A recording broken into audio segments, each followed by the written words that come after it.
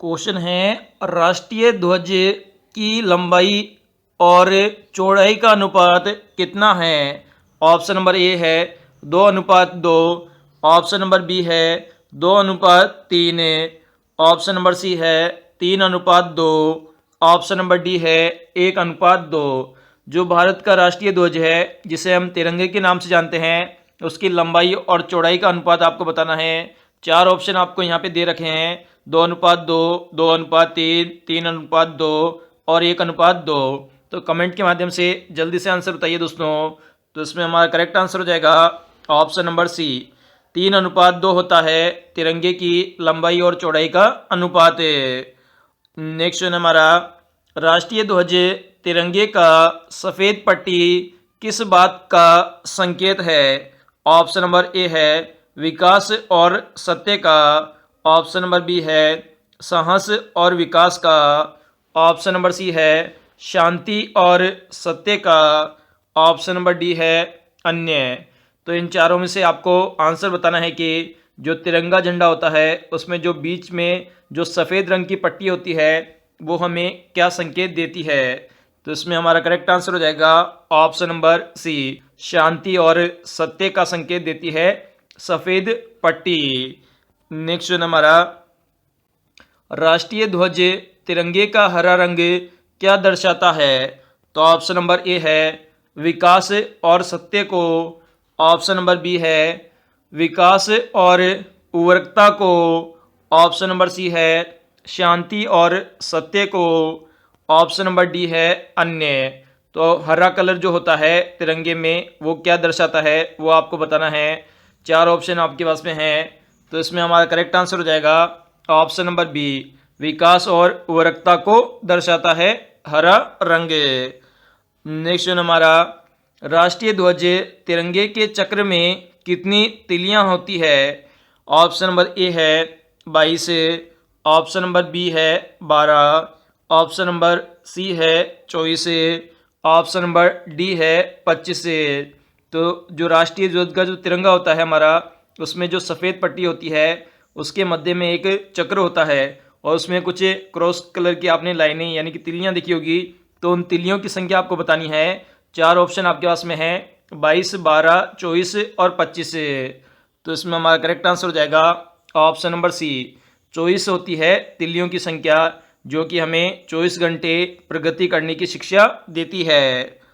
Next हमारा भारत की संविधान सभा ने राष्ट्रीय ध्वज का प्रारूप कब अपनाया था। ऑप्शन नंबर ए है 22 जुलाई 1947 को, ऑप्शन नंबर बी है 28 जुलाई 1947 को, ऑप्शन नंबर सी है 17 जुलाई 1947 को, ऑप्शन नंबर डी है 22 जुलाई 1948 को। तो चार ऑप्शन आपके पास में है और आपको बताना है राष्ट्रीय ध्वज का प्रारूप जो संविधान सभा है उसने कब अपनाया था। तो इसमें हमारा करेक्ट आंसर हो जाएगा ऑप्शन नंबर ए, 22 जुलाई 1947 को अपनाया था। नेक्स्ट हमारा भारत का राष्ट्रीय पक्षी है। ऑप्शन नंबर ए है तोता, ऑप्शन नंबर बी है मोर, ऑप्शन नंबर सी है हंस, ऑप्शन नंबर डी है बुलबुल। तो राष्ट्रीय पक्षी का नाम आपको बताना है कमेंट के माध्यम से। चार ऑप्शन आपको दे रखे हैं तोता, मोर, हंस और बुलबुल। तो इसमें हमारा करेक्ट आंसर हो जाएगा ऑप्शन नंबर बी, मोर है जो कि राष्ट्रीय पक्षी है भारत का। नेक्स्ट हमारा भारत का राष्ट्रीय पुष्प है। ऑप्शन नंबर ए है कमल, ऑप्शन नंबर बी है गुलाब, ऑप्शन नंबर सी है चमेली, ऑप्शन नंबर डी है गेंदा। तो राष्ट्रीय पुष्प का नाम आपको बताना है। चार पुष्पों का नाम यहाँ पे दे रखा है कमल, गुलाब, चमेली और गेंदा। तो इसमें हमारा करेक्ट आंसर हो जाएगा ऑप्शन नंबर ए, कमल है जो कि राष्ट्रीय पुष्प है भारत का। नेक्स्ट हमारा भारत का राष्ट्रीय पेड़ है। ऑप्शन नंबर ए है नीम, ऑप्शन नंबर बी है चंदन, ऑप्शन नंबर सी है बरगद, ऑप्शन नंबर डी है अशोक। तो इन चारों पेड़ों में से कौन सा राष्ट्रीय पेड़ है भारत का वो आपको बताना है नीम, चंदन, बरगद और अशोक में से। तो इसमें हमारा करेक्ट आंसर हो जाएगा ऑप्शन नंबर सी बरगद है जो कि राष्ट्रीय पेड़ है। नेक्स्ट हमारा भारत का राष्ट्रीय गान है। ऑप्शन नंबर ए है वंदे मातरम में, ऑप्शन नंबर बी है जन गण मन, ऑप्शन नंबर सी है सारे जहां से अच्छा, ऑप्शन नंबर डी है ए और बी दोनों। तो राष्ट्रीय गान बताना है कौन सा है। 4 ऑप्शन आपको दे रखे हैं, कमेंट के माध्यम से जल्दी से आंसर बताइए। तो इसमें हमारा करेक्ट आंसर हो जाएगा दोस्तों option number B Jana Gana मन है जो कि राष्ट्रगान है भारत का। नेक्स्ट है भारत का राष्ट्रीय नदी है। ऑप्शन नंबर ए है कोसी नदी, ऑप्शन नंबर बी है यमुना नदी, ऑप्शन नंबर सी है ब्रह्मपुत्र नदी, ऑप्शन नंबर डी है गंगा नदी। तो चारों नदियों में से राष्ट्रीय नदी कौन सी है वो आपको जल्दी से बताना है कमेंट के माध्यम से। 4 ऑप्शन है कोसी नदी, यमुना नदी, ब्रह्मपुत्र नदी और गंगा नदी। तो इसमें हमारा करेक्ट आंसर हो जाएगा ऑप्शन नंबर डी गंगा नदी है जो कि राष्ट्रीय नदी है भारत की। नेक्स्ट हमारा भारत का राष्ट्रीय जलीय जीव है। ऑप्शन नंबर ए है मछली, ऑप्शन नंबर बी है कछुआ, ऑप्शन नंबर सी है डॉल्फिन, ऑप्शन नंबर डी है मगरमच्छ। तो चारों ऑप्शन में से आपको राष्ट्रीय जलीय जीव बताना है मछली, कछुआ, डॉल्फिन और मगरमच्छ में से। तो इसमें हमारा करेक्ट आंसर हो जाएगा ऑप्शन नंबर सी डॉल्फिन है जो कि राष्ट्रीय जलीय जीव है भारत का। नेक्स्ट हमारा भारत का राष्ट्रीय पशु है। ऑप्शन नंबर ए है घोड़ा, ऑप्शन नंबर बी है बाघ, ऑप्शन नंबर सी है हाथी, ऑप्शन नंबर डी है गाय। तो इन चारों में से राष्ट्रीय पशु का नाम आपको बताना है घोड़ा, बाघ, हाथी और गाय में से।